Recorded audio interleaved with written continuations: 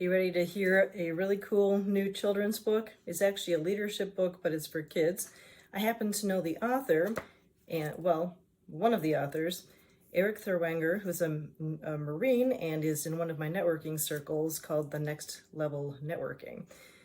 This is just really cool. This is called The Big Adventures of Little Pickles, and I'll be reading from the pages. His daughter wrote it with him, and his son illustrated it. So we've got Erica, Brandon, and Eric Thurwanger. This is so cool. The Big Adventures of Little Pickles, The Lost Bracelet. The Big Adventures of Little Pickles and the Lost Bracelet. That is by Erica and Eric Thurwanger with illustrations by Brandon Thurwanger. Little Pickles is actually the girl. Dolly is the dog. I got it signed. Thank you very much. Or shall we say autographed?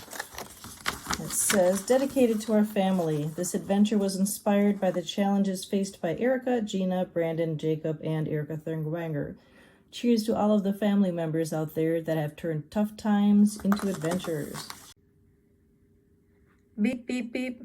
Little Pickles rolled over and turned off her alarm clock. Most kids do not like hearing their alarm clock, but not Little Pickles. A new day means a new adventure is about to start. Little Pickles slid her adventure crate from under her bed. Her fingers touched the soft fabric of the capes inside. So many beautiful colors. How will she choose one? And there it was, the green cape, just what she needed. Little Pickles tiptoed into her parents' bedroom quietly. She tapped her dad's shoulder and whispered, "It's time for a new adventure." At the back door, Dolly's ears perked up as Little Pickles grabbed her leash. Now, just a note in case I have not said, the little girl in the picture is actually called Little Pickles, and the dog is called Dolly. Little Pickles got her name because when Eric and Gina were expecting their first child, she was loving eating pickles, and so Eric talked to the baby and said, "Hello, Little Pickles." So when she was born, well, she was called Erica, but now in the book she's called Little Pickles. Alrighty. Dolly loved going on adventures as much as Little Pickles. "Where should we go today?" asked her daddy. Little Pickles thought for a moment. "The park," she said confidently. She knew there would be a great adventure waiting for her there.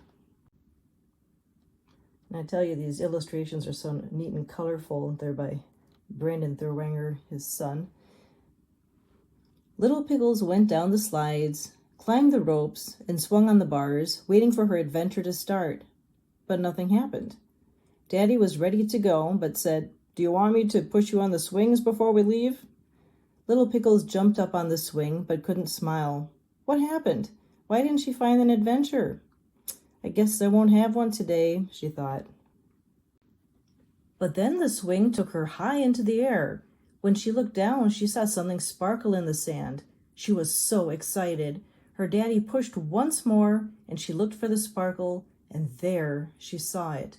Little Pickles jumped off the swing and ran to the sparkle in the sand. "Where are you going?" asked Daddy. "I found something," she shouted. But could she find it? There was so much sand.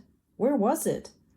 Dolly ran over and started to dig too, even though she had no idea what she was digging for. There it was, the sparkle. She pulled out a beautiful bracelet from the sand and held it up to the sun. Little Pickles had never seen anything so pretty. She put it on her wrist and ran back to Daddy, with Dolly chasing behind. "What did you find?" Daddy asked. "A pretty bracelet," said Little Pickles. "Whose bracelet do you think it is?" Daddy reached down to touch it. Little Pickles' mouth scrunched up as she thought about it. She showed him the bracelet again, saying, "It's mine because I found it." Then she added, "Right, Daddy?" Daddy spoke quietly. "If you found it, then it means that somebody lost it, so this is a lost bracelet." Little Pickles looked down at her wrist. "But it's so pretty." Daddy sat down next to her and asked, "If you lost your pretty bracelet, how would you feel?" Little Pickles thought for a moment, then said, "I would want someone to give it back to me." Daddy said, "Then that is the right thing to do." Little Pickles ran up to every kid at the park and asked if anyone had lost a bracelet. No one knew anything about it. On the walk home, she asked two boys that were fishing if they heard of anyone who had lost a bracelet. They shook their heads. As they got closer to home, Little Pickles saw a girl talking with her mom. The little girl looked sad. "I think you should ask her," said Daddy. Little Pickles stepped up to the little girl. "Did you lose a bracelet?" Little Pickles asked.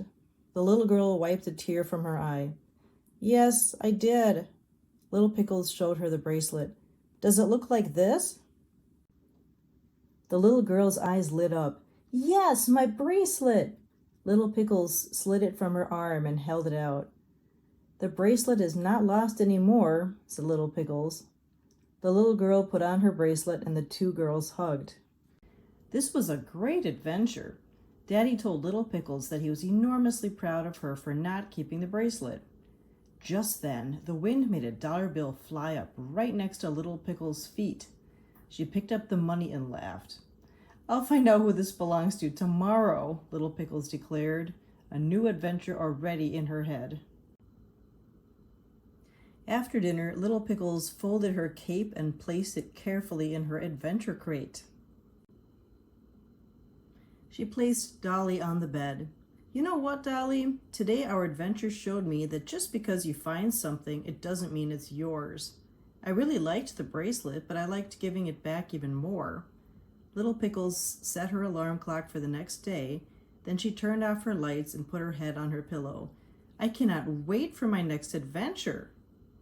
And it's really helpful to read children's books, not only for the entertainment value from the kids, but also to relate to kids better. If, let's say, you don't have your own children. I mean, I've got a stepson, but otherwise I don't have children, and it helps me to relate to them. It's just, it's a great way to do it.